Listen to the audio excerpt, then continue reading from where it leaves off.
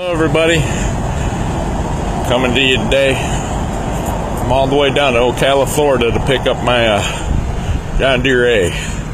Purchased this 3 years ago.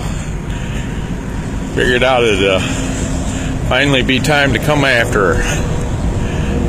Had a very dear friend of mine protecting her for the last 3 years. Pride and joy of mine. Can't wait to get her home and get her off the trailer. Looking forward to taking her across the Mackinac Bridge. Got some other friends that'll want to go with me. Little John Deere A 1947 with the original wide front end. My pride and joy. Got it off a real dear friend of mine. So y'all have a great day.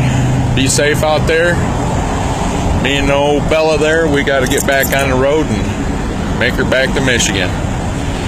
So we'll see you around. Bye.